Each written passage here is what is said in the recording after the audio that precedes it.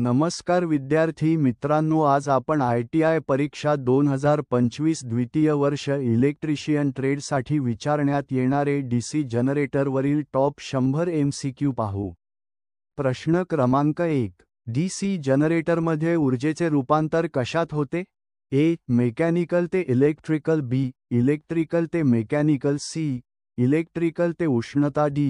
उष्णता ते इलेक्ट्रिकल. या प्रश्नाचे उत्तर आहे पर्याय क्रमांक अ. मेकॅनिकल ते इलेक्ट्रिकल.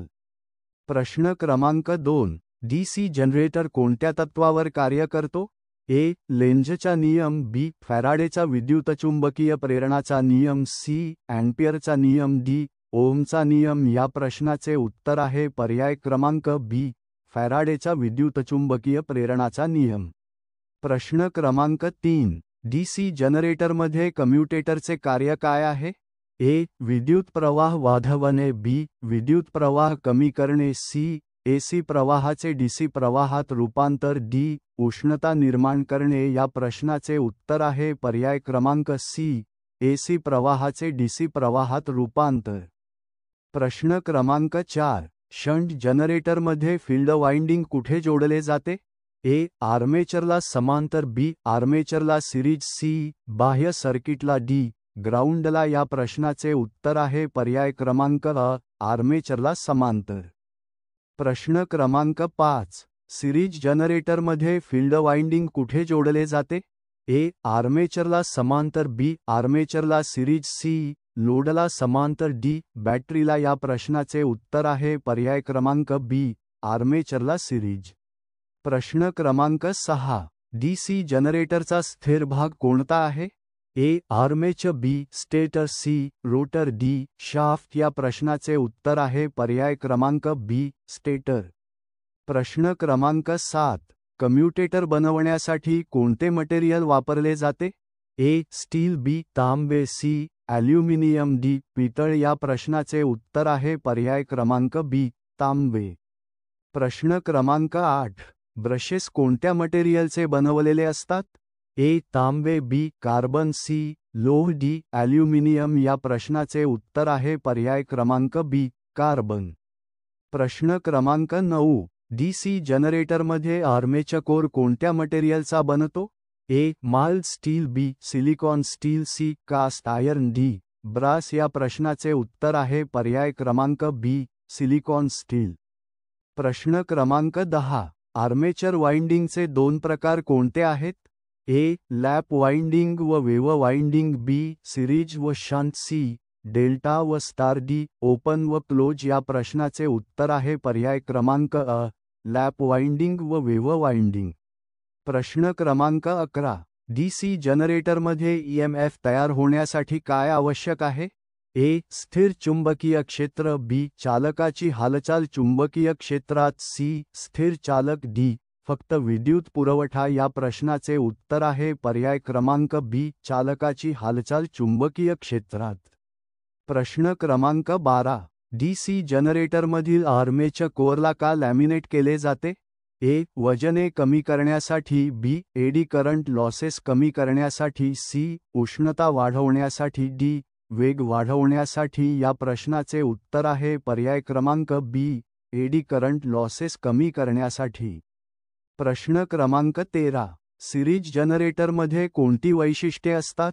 A. स्थिर व्होल्टेज. B. लोड वाढल्यास व्होल्टेज वाढते. C. लोड वाढल्यास व्होल्टेज कमी होते. D. व्होल्टेज स्थिर राहते. या प्रश्नाचे उत्तर आहे पर्याय क्रमांक B. लोड वाढल्यास व्होल्टेज वाढते. प्रश्न क्रमांक 14. शंट जनरेटरमध्ये कोणती वैशिष्ट्ये असतात? A. स्थिर व्होल्टेज. B. लोड वाढल्यास व्होल्टेज वाढते. C. लोड वाढल्यास व्होल्टेज कमी होते. D. कोणतेही बदल नाही. या प्रश्नाचे उत्तर आहे पर्याय क्रमांक अ. स्थिर व्होल्टेज. प्रश्न क्रमांक 15. DC जनरेटरचे किती प्रमुख प्रकार आहेत? A. 2. B. 3. Series. Shunt. Compound. C. 4. D. 5. या प्रश्नाचे उत्तर आहे पर्याय क्रमांक B. 3. सिरीज. शंट. कंपाऊंड. प्रश्न क्रमांक 17.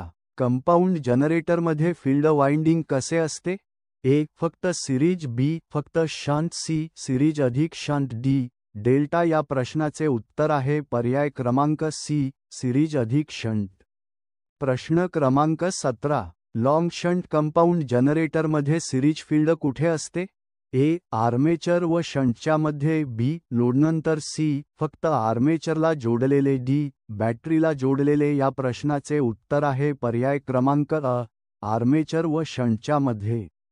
प्रश्न क्रमांक 18. शॉर्ट शंट कंपाऊंड जनरेटरमध्ये शंट फील्ड कुठे असते? ए. सिरीज फील्डसोबत समांतर. बी. आर्मेचरसोबत समांतर. सी. लोडसोबत समांतर. डी. सिरीजमध्ये. या प्रश्नाचे उत्तर आहे पर्याय क्रमांक बी. आर्मेचरसोबत समांतर. प्रश्न क्रमांक 19. डीसी जनरेटरमधील सेल्फ एक्साइटेड म्हणजे काय? ए. बाहेरील पुरवठ्यावर चालणारा. बी. स्वतःच्या ईएमएफने फील्ड वाइंडिंग एक्साइट करणारा. सी. कोणतेही एक्साइटेशन नसलेला. डी. डीसी मोटर म्हणून वापरलेला. या प्रश्नाचे उत्तर आहे पर्याय क्रमांक बी. स्वतःच्या ईएमएफने फील्ड वाइंडिंग एक्साइट करणारा. प्रश्न क्रमांक 20. डीसी जनरेटरमध्ये कोणते लॉसेस असतात? A. Copper loss. Iron loss. Mechanical loss. B. फक्त कॉपर लॉस. सी. फक्त मेकॅनिकल लॉस. डी. फक्त आयर्न लॉस. या प्रश्नाचे उत्तर आहे पर्याय क्रमांक अ. Copper loss, iron loss, mechanical loss. प्रश्न क्रमांक 21. कॉपर लॉस कशामुळे होतो? ए. घर्षणामुळे. बी. वाइंडिंगच्या रेझिस्टन्समुळे. सी. चुंबकीय फ्लक्समुळे. डी. वेग वाढल्यामुळे. या प्रश्नाचे उत्तर आहे पर्याय क्रमांक बी. वाइंडिंगच्या रेझिस्टन्समुळे. प्रश्न क्रमांक 22. आयर्न लॉसचे दोन प्रकार कोणते आहेत? ए. हिस्टेरिसिस लॉस व eddy current loss. B. Friction loss व windage loss. C. Field loss व armature loss. D. Core loss व कॉपर लॉस. या प्रश्नाचे उत्तर आहे पर्याय क्रमांक अ. हिस्टेरिसिस लॉस व एडी करंट लॉस. प्रश्न क्रमांक 23. मेकॅनिकल लॉस कशामुळे होतो? ए. घर्षण व वायुप्रतिकारामुळे. बी. रेझिस्टन्समुळे. सी. फ्लक्स कमी झाल्यामुळे. डी. कॉइलच्या वजनामुळे. या प्रश्नाचे उत्तर आहे पर्याय क्रमांक अ. घर्षण व वायुप्रतिकारामुळे. प्रश्न क्रमांक 24. डीसी जनरेटरमध्ये व्होल्टेज नियंत्रण कशाद्वारे केले जाते? ए. आर्मेचर वाइंडिंग बदलून. बी. फील्ड रेझिस्टन्स बदलून. सी. ब्रशेसची संख्या वाढवून. डी. कम्युटेटरचा व्यास वाढवून. या प्रश्नाचे उत्तर आहे पर्याय क्रमांक बी. फील्ड रेझिस्टन्स बदलून. प्रश्न क्रमांक 25.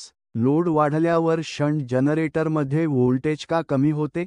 ए. फील्ड करंट कमी होतो. बी. आर्मेचर रेझिस्टन्स कमी होते. सी.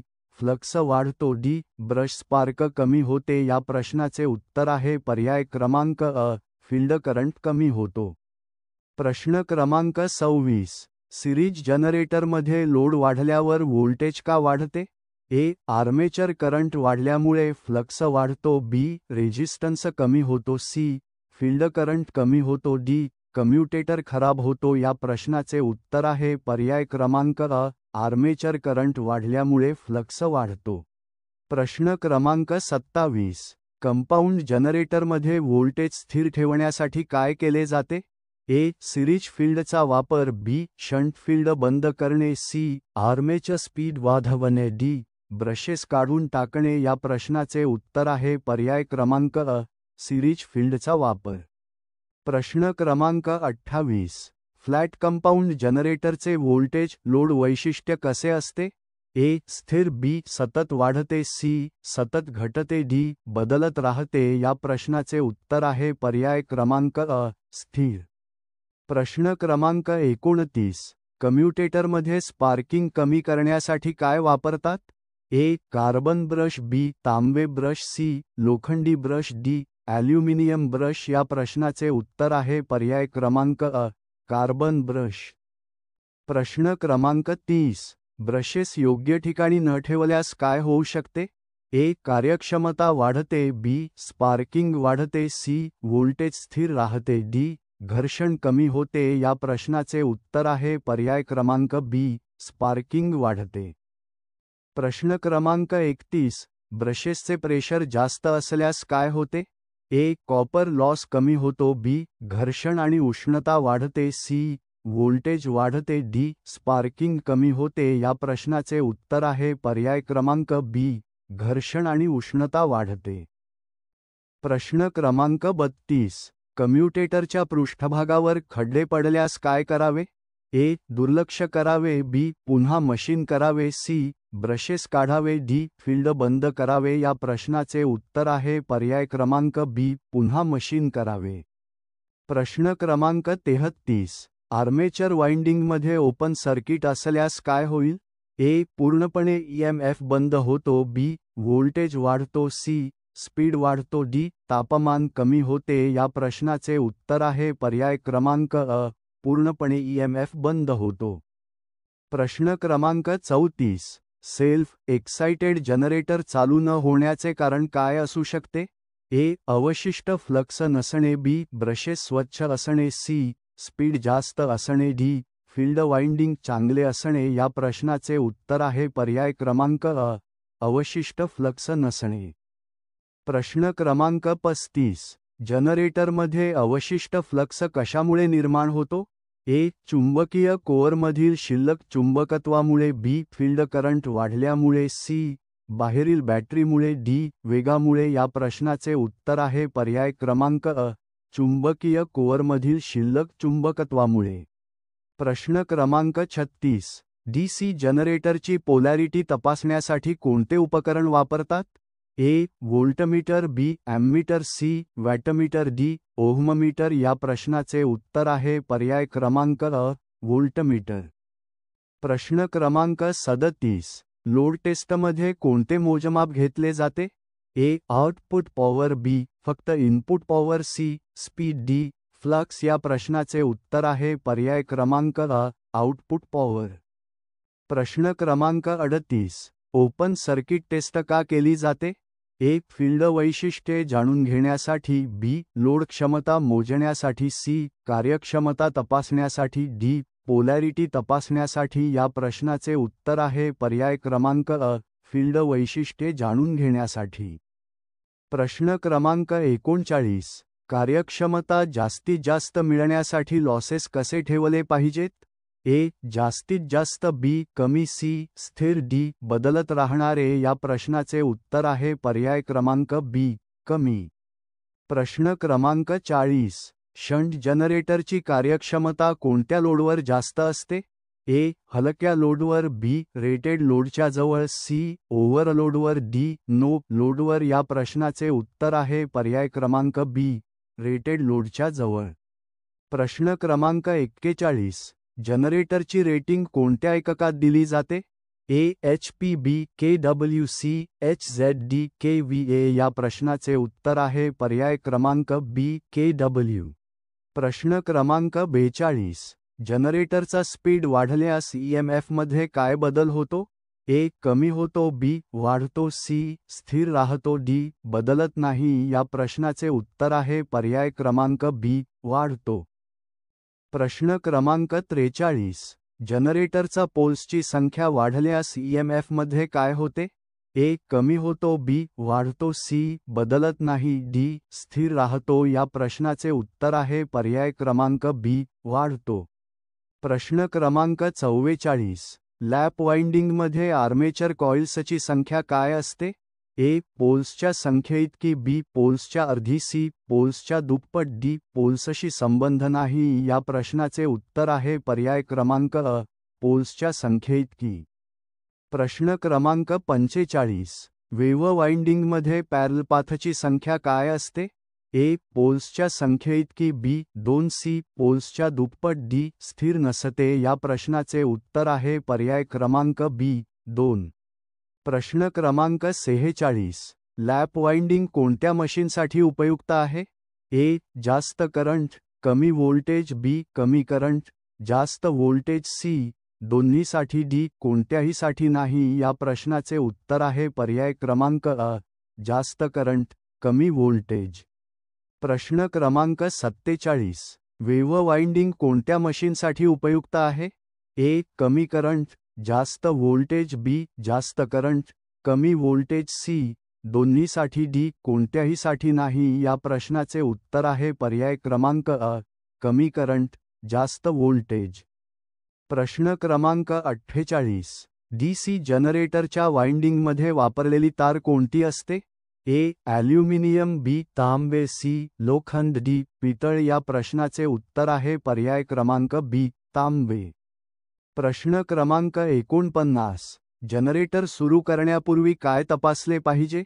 ए. ब्रश पोझिशन, बी. बेल्ट ताण, सी. वायरची लांबी, डी. पेंटचा रंग. या प्रश्नाचे उत्तर आहे पर्याय क्रमांक अ. Brush position. प्रश्न क्रमांक 50. ब्रशेसचा स्पर्श कम्युटेटरला कसा असावा? ए. घट्ट दाबलेला, बी. हलका व योग्य दाब, सी. सैल, डी. पूर्णपणे वेगळा. या प्रश्नाचे उत्तर आहे पर्याय क्रमांक बी. हलका व योग्य दाब. प्रश्न क्रमांक 51. डीसी जनरेटर चालू असताना ब्रश बदलणे का धोकादायक आहे? ए. स्पीड वाढतो, बी. स्पार्किंग व शॉकचा धोका, सी. व्होल्टेज कमी होते, डी. मशीन थांबते. या प्रश्नाचे उत्तर आहे पर्याय क्रमांक बी. स्पार्किंग व शॉकचा धोका. प्रश्न क्रमांक 52. जनरेटरचा स्पीड अचानक कमी झाल्यास काय होते? ए. व्होल्टेज वाढते, बी. व्होल्टेज कमी होते, सी. व्होल्टेज स्थिर राहते, डी. ईएमएफ वाढतो. या प्रश्नाचे उत्तर आहे पर्याय क्रमांक बी. व्होल्टेज कमी होते.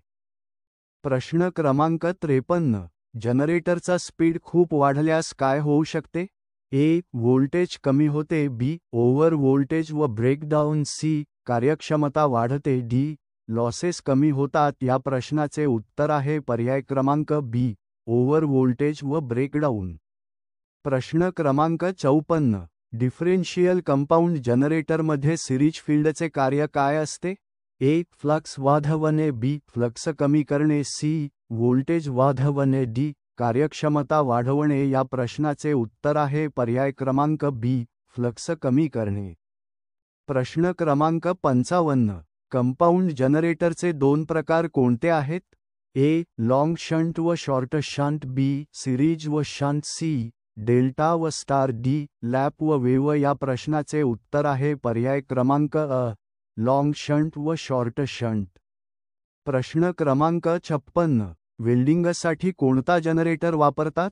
ए. Series generator, B. Shunt generator, C. Compound generator, D. AC generator. या प्रश्नाचे उत्तर आहे पर्याय क्रमांक अ. Series generator.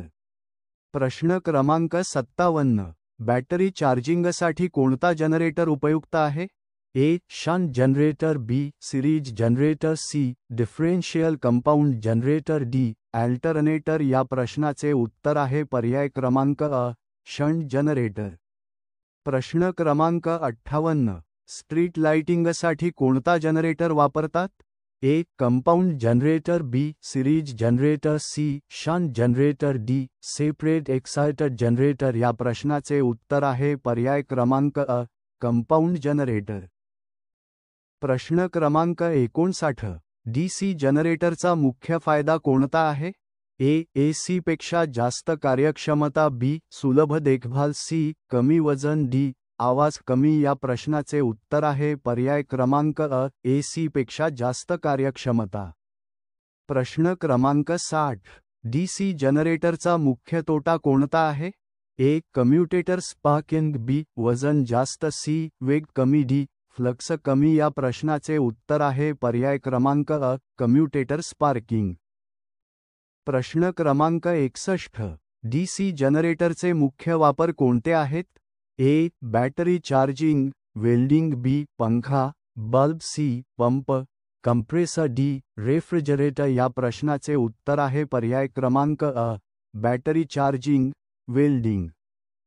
प्रश्न क्रमांक 62. डीसी जनरेटरमध्ये नो लोडवर व्होल्टेज का मिळते? ए. अवशिष्ट फ्लक्समुळे, बी. बाह्य बॅटरीमुळे, सी. उच्च स्पीडमुळे, डी. ब्रश पोझिशनमुळे. या प्रश्नाचे उत्तर आहे पर्याय क्रमांक अ. अवशिष्ट फ्लक्समुळे.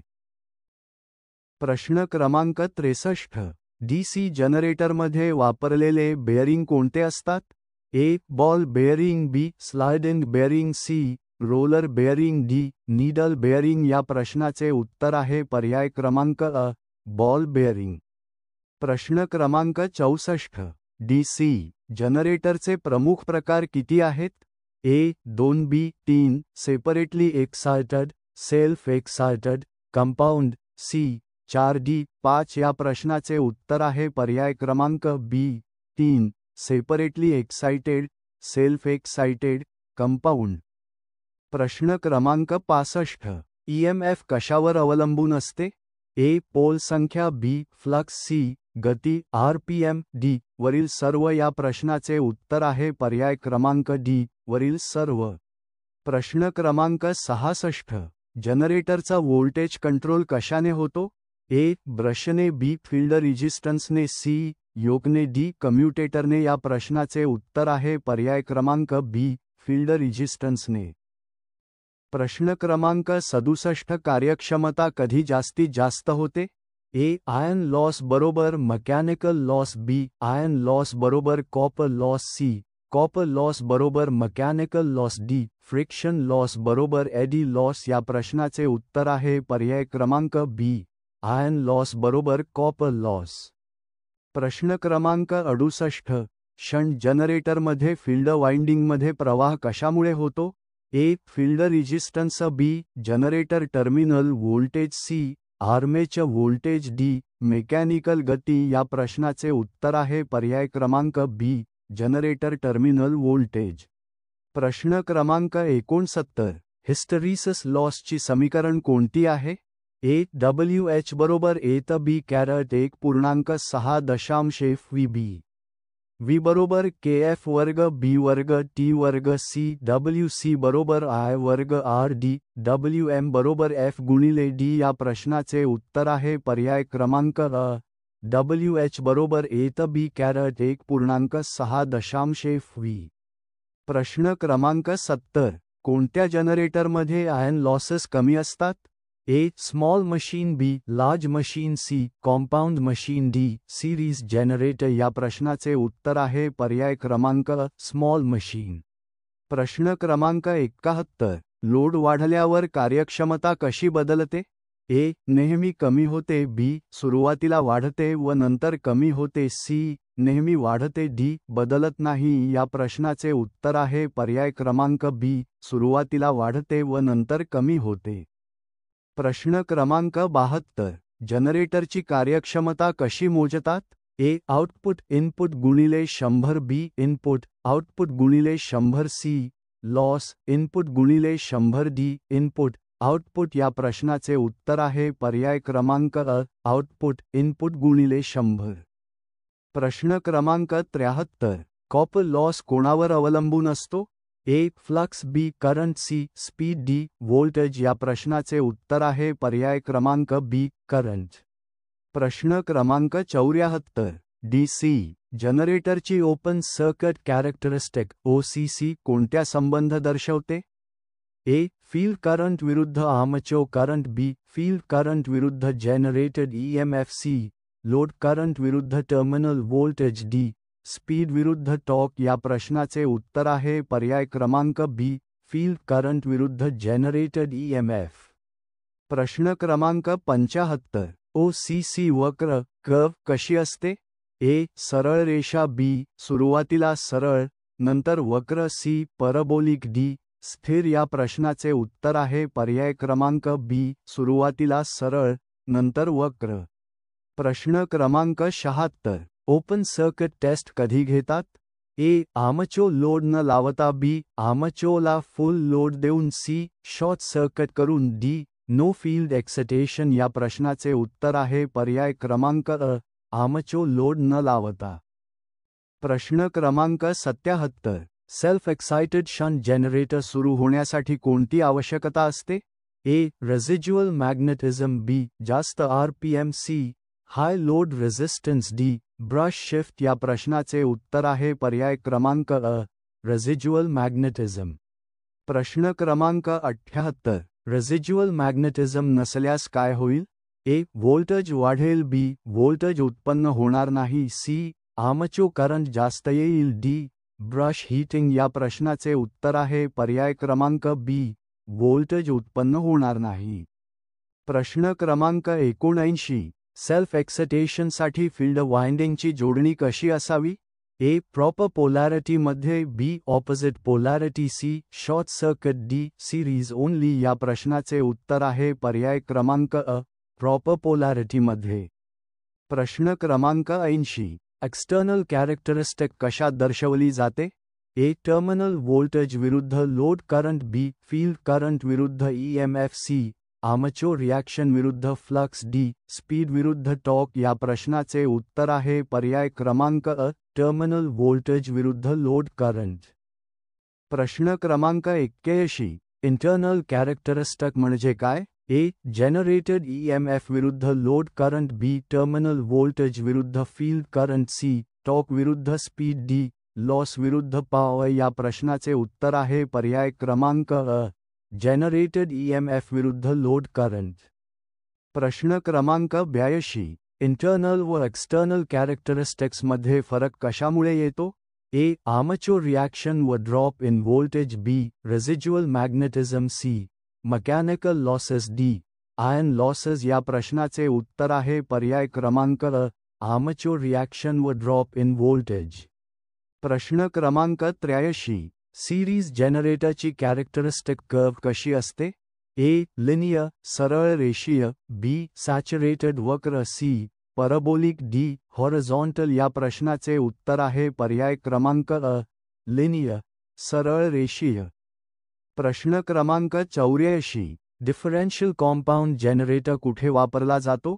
ए विद्युत वितरणासाठी, बी विशेष औद्योगिक ठिकाणी, सी बॅटरी चार्जिंगसाठी, डी पंपसाठी. या प्रश्नाचे उत्तर आहे पर्याय क्रमांक बी विशेष औद्योगिक ठिकाणी. प्रश्न क्रमांक 85. कोणता जनरेटर डिस्ट्रीब्यूशन सिस्टममध्ये जास्त वापरला जात असे?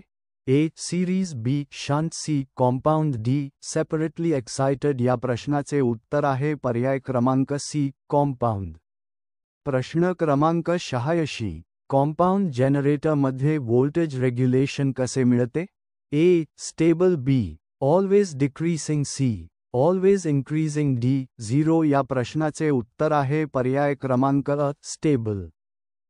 प्रश्न क्रमांक 87. इंटरनल कॅरेक्टरिस्टिकमध्ये काय धरले जात नाही? A armature reaction, B terminal voltage, C field excitation, D load current. या प्रश्नाचे उत्तर आहे पर्याय क्रमांक अ आर्मेचर रिॲक्शन. प्रश्न क्रमांक 88. एक्सटर्नल कॅरेक्टरिस्टिक कर्व कोणत्या परीक्षेत मिळते? A no load test, B load test, C open circuit test, D short circuit test. या प्रश्नाचे उत्तर आहे पर्याय क्रमांक बी लोड टेस्ट. प्रश्न क्रमांक 89. व्होल्टेज बिल्डअप होण्यासाठी कोणत्या 3 अटी आवश्यक आहेत? A residual magnetism, proper connection, field resistance कमी, B high speed, high flux, armature reaction, C high current, high torque, brush shift, D copper loss, iron loss, mechanical loss. या प्रश्नाचे उत्तर आहे पर्याय क्रमांक अ residual magnetism, proper connection, field resistance कमी. प्रश्न क्रमांक 90. सेल्फ एक्साइटेड शंट जनरेटरमध्ये जर फील्ड रेझिस्टन्स क्रिटिकल रेझिस्टन्सपेक्षा जास्त असेल तर काय होईल?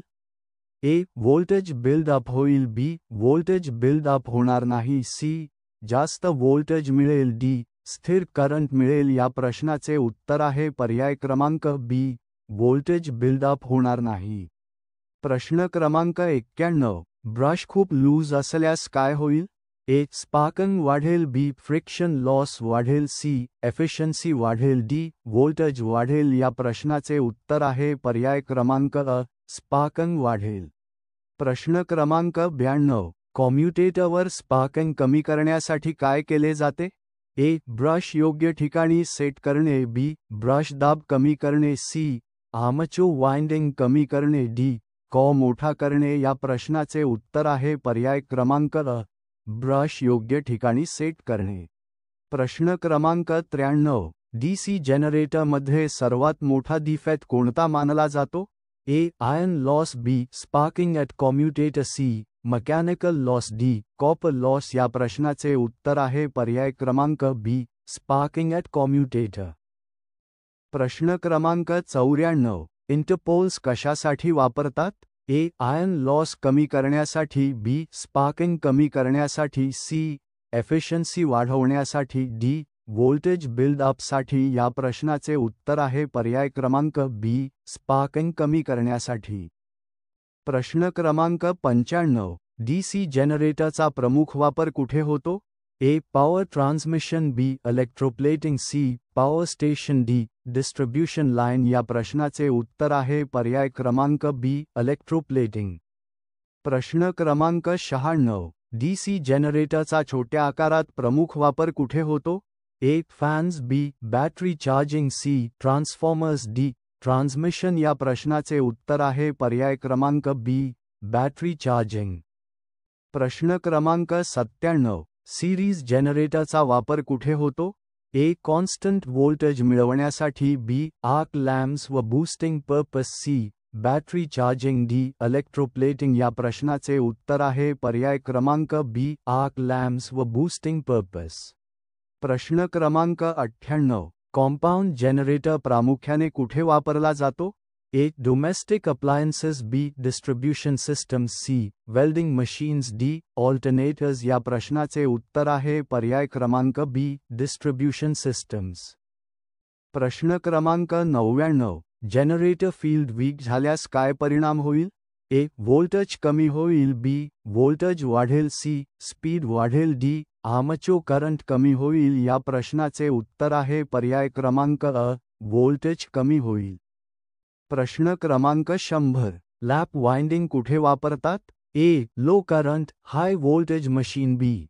हाय current, low voltage machine, C. High speed machine, D. Small machines. या प्रश्नाचे उत्तर आहे पर्याय क्रमांक बी. High current, low voltage machine. DC जनरेटरवरील व्हिडिओ आवडल्यास कमेंट व लाईक करा आणि एडीएम इलेक्ट्रिकल स्टडी चॅनलला सबस्क्राईब करा.